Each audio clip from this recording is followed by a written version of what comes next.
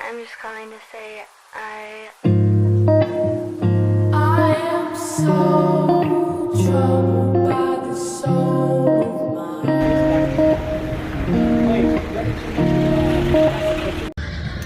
Olá, mentes brilhantes, tudo bem com vocês? Eu espero que sim. E nós estamos aqui em Cusco, que é uma cidade muito linda, é uma cidade que foi a capital do Império Inca.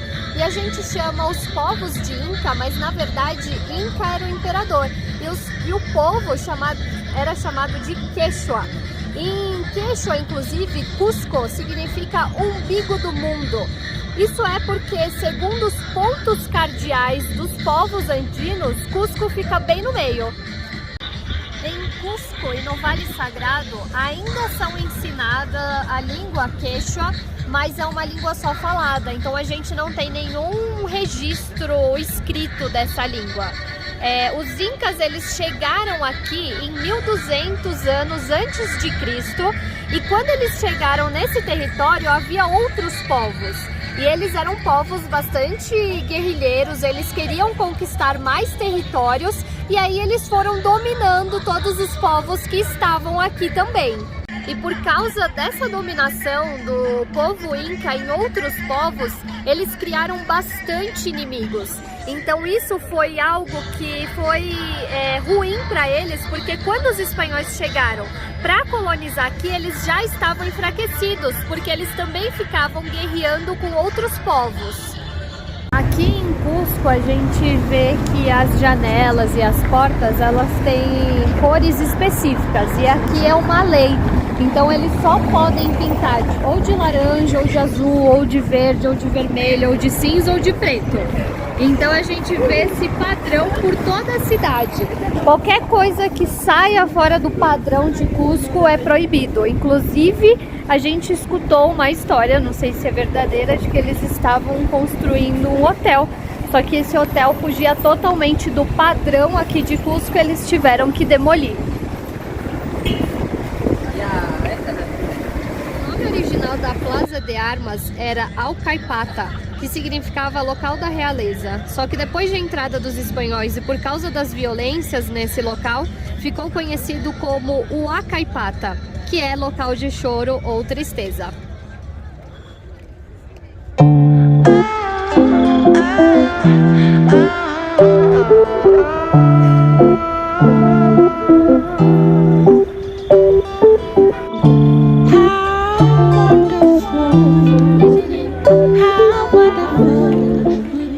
Em 1563 chegaram os espanhóis aqui em Cusco. Isso foi apenas um ano depois que eles chegaram no Peru. Então eles vieram muito rapidamente para essa área super montanhosa onde ficava todo o Império Inca.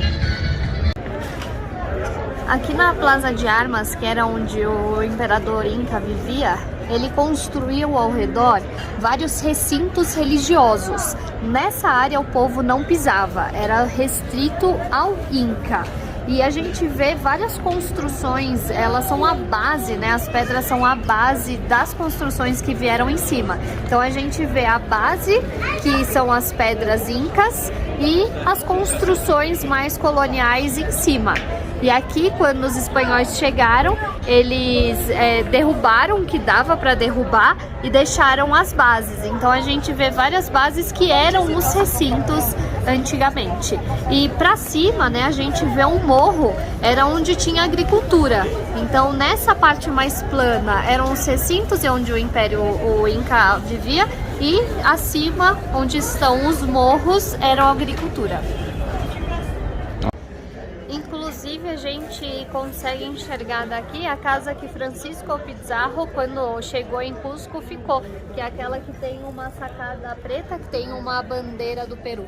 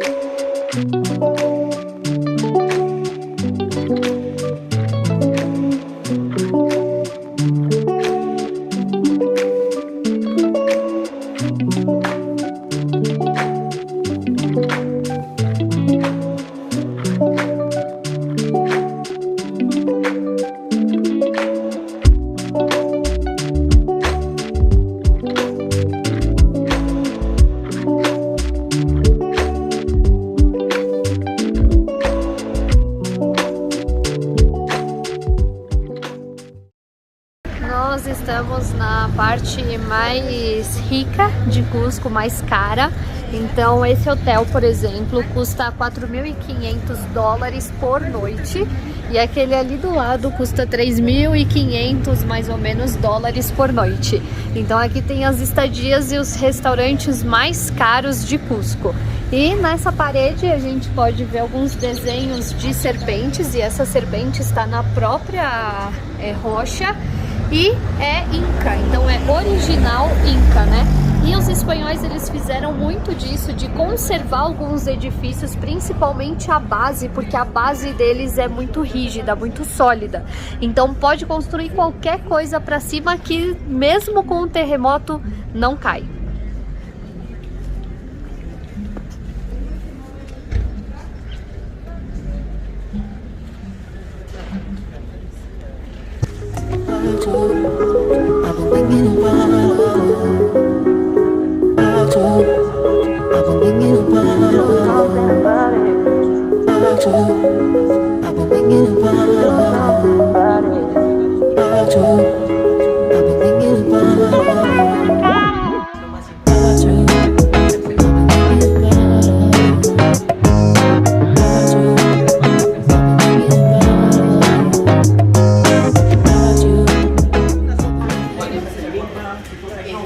Aqui no Free Walking Tour, aprendendo um pouco sobre a cultura.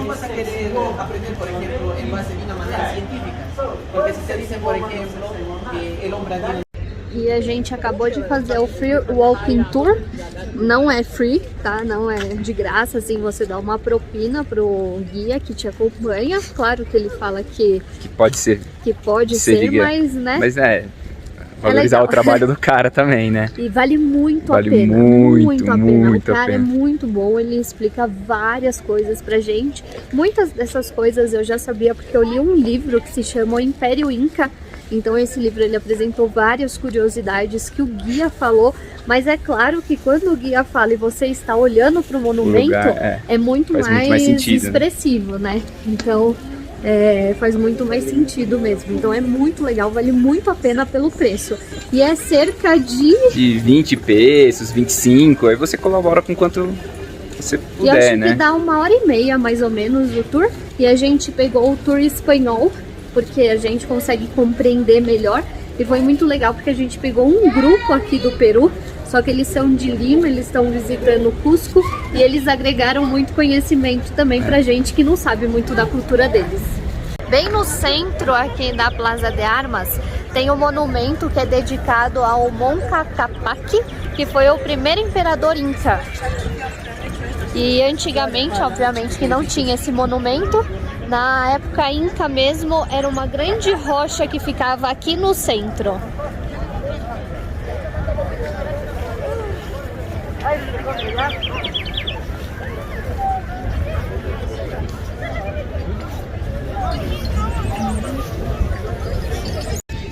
E existe uma lenda para explicar como surgiram os Incas. E pelo que o guia nos falou, surgiu o imperador e a mulher dele das espumas do lago Titicaca. E aí começou todo o Império Inca. E antigamente, isso daqui que está atrás de mim era o templo que eles fizeram para homenagear as serpentes, porque as serpentes para eles representava a sabedoria. Então em vários locais da cidade a gente tem a serpente representada. Só que quando os espanhóis chegaram, por causa do catolicismo, eles acreditavam que a serpente era coisa do diabo e aí logo destruíram todo esse local que Ixi, tudo. E eles destruíram esse local que era um templo sagrado para os Incas. E hoje, obviamente, que tem uma igreja construída.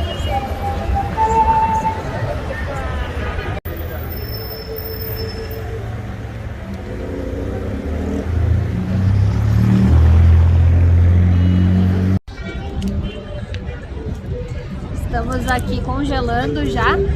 Tá muito frio, acabou o sol, ferrou, ficou frio.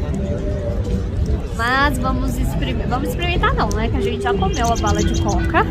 Mas o vídeo que a gente tinha gravado corrompeu. Corrompeu, é. E a gente vai comer mais uma vez a bala de coca, Tá mas... com frio, né? Por quê? Nossa, parece que tá toda Eu tô, encapotada. uai. Vamos ver se é boa. Você já sabe, sim. Parece uma bala de menta. É gostosinha, mas a gente soube que fomos enganados porque não ajuda na altitude, sim no exercício físico. Então, assim, né? A gente já sabia, né? Então, basicamente vai ajudar na altitude, mas se você está desempenhando alguma atividade, né? Então, fazendo uma caminhada, então tá subindo uma montanha, aí você chupa uma bala de coca, ou masca a folha, vai te ajudar, mas simplesmente você tá sentado no teu apartamento ali no hotel e chupar a baba, mascar a folha, parece que não é tão efetivo assim. Exato. E sim, o que eles falaram é fazer uma alimentação nos primeiros dias bem básica, assim, à base de água, sopinhas, coisas mais leves, evitar gordura, coisas muito pesadas, porque aí a digestão em altitude é mais lenta, então ficar com as coisinhas mais leves mesmo. E a gente comprou a folha de coca. A gente comprou a folha de coca, Vamos ver como é que vai ser. Ai, agora tá muito frio e amanhã a gente vai fazer um passeio, que é o dia inteiro, mais de 12 horas, e sai 6h40 da manhã, volta às 7h30 da noite. E isso é uma coisa que é importante falar, que é esses passeios que tem diversos aqui ao redor de Cusco, né? Alguns mais próximos, outros mais longos e outros bem mais longos. Todos eles escolha fazer com agência. Você pode pegar um táxi ou um Uber e ele vai te levar, mas não é aconselhável, a gente não aconselha nada. Até porque esses têm guia, eles têm preparo, eles já sabem em quais levar, onde levar, qual é o tempo, tem almoço, de onde levar para o almoço. Se você pegar um Uber, na verdade o cara só vai te levar lá e aí comida e guia, então não vale a pena. Inclusive, o Uber que nós pegamos do aeroporto pro hotel, ele falou que um passeio que a gente acabou de contratar agora, de fechar, ele cobrou 220 pra gente. E a gente pagou 70 soles por pessoa. Então acabou de sendo... tem mais coisas e é mais barato. E a gente precisa comprar uns boletos turísticos, que é 130 por pessoa e dura 10 dias. E aí você tem direito a entrar em várias áreas, tanto aqui ao redor quanto aqui mesmo, perto da Plaza de Armas, em alguns museus. Então vale... E tem que comprar, né? Não tem jeito. Se você for visitar as ruínas, é obrigatório. Só que pode ser de um dia só, que daí custa 80 soles. E essa boleta aí que tem vários sítios, tem também, contempla alguns museu aqui na cidade. Contempla algum museu aqui na cidade, então o museu contemporâneo só pode entrar se você comprar essa boleta, não tem como entrar pagando apenas a entrada lá. E aqui em Cusco, como acho que vocês puderam notar, tem muito ambulante. É assim, nossa, a cada minuto vem alguém oferecer algum tipo de serviço, desde massagem até turismo. E a gente tá, sei lá, 3 minutos gravando, passaram, sei lá, cerca de 10, 15 pessoas oferecendo quadro, chaveirinho, foto com alpaca, Eu não aguento mais falar, não, graças. Eles são insistentes mesmo.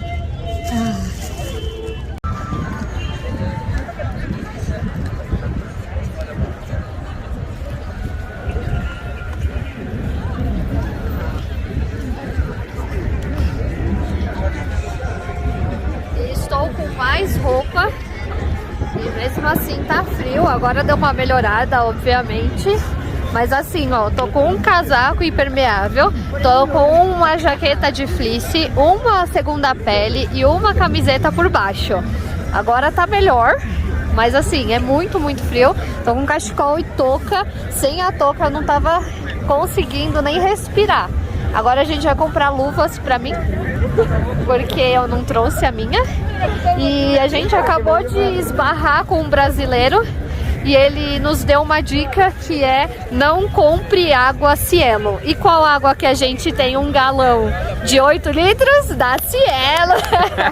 Ele falou que os brasileiros costumam passar muito mal com essa água, porque o pH é muito diferente da água que a gente tem em São Paulo. Mas assim, a gente já tomou, até agora estamos de boa. Então eu acho que se fosse pra gente passar mal, a gente já teria passado. Vamos torcer pra gente não passar mal tipo amanhã, que amanhã a gente fica o dia inteiro em passeio, né? Mas é isso, se a gente passar mal eu aviso. Se não, eu creio que não faça tão mal assim, porque eu sou bem sensível. Eu já teria passado mal com certeza.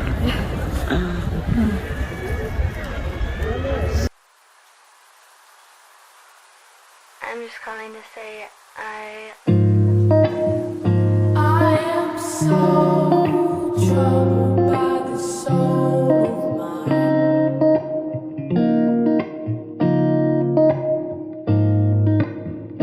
I've said those words so many times. Nesse recinto ficava um imperador inca e foi ele que criou a bebida que a gente conhece como chicha. E aqui a gente também vê essas partes que são muito mais protuberantes porque eles amarravam cordas para ficar mais fácil o transporte dessas pedras.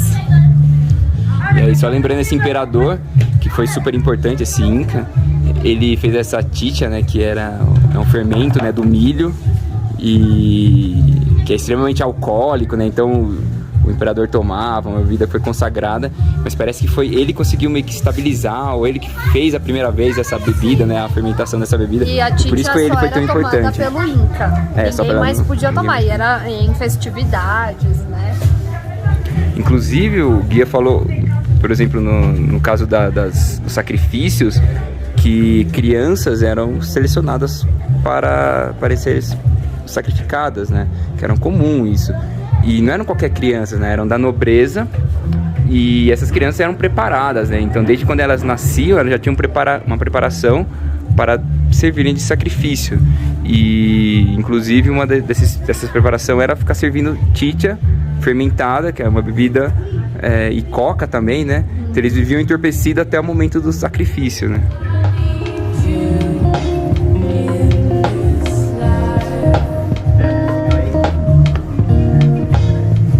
Para lembrar, pessoal, essas pedras aqui, elas têm um certo grau de porosidade, né? Não é tão dura como algumas outras que são encontradas aqui no Peru. Então eles conseguiam, de certa forma, fazer essas partes mais curvas e encaixar uma nas outras. Não se sabe direito como que eles faziam isso, tem algumas hipóteses, mas, bom, de alguma forma eles conseguiam deixar a pedra em um formato mais curvo. O que falou foi que eles utilizavam pedras basálticas, que são pedras mais duras, para fazer essas daqui e para fazer esses ângulos que são tão perfeitos. Aqui a gente também vê uma parte que tá mais para dentro, porque teve um terremoto e algumas partes caíram. Algumas partes das construções inca caíam, e o guia nos falou que era cerca de 3 a 6% da construção, que é basicamente nada, porque as construções dos espanhóis caíam quase que totalmente por causa desses tremores. Aqui a gente também vê uma construção inca original. A gente vê pedras muito, muito grandes. Elas pesam toneladas e elas têm 1,5 metro, podem chegar até 3 metros de profundidade. E cada uma delas é perfeitamente esculpida para encaixar. A gente também vê em algumas partes essas protuberâncias em que eles faziam essas partes para eles conseguirem se apoiar e colocar as outras pedras em cima. O guia até explicou pra gente como é possível eles terem construído um muro tão grande como esse, porque são pedras muito, muito pesadas.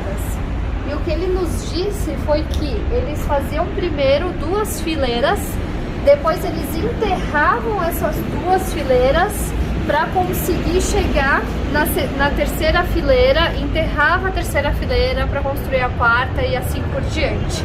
E também ele nos disse que para carregar essas pedras, eles utilizavam cerca de 2.000 pessoas. E as mulheres, elas iam colocando pedras bem redondinhas para as pedras deslizarem com mais facilidade. Então imagina o trabalho que era construir um muro como esse.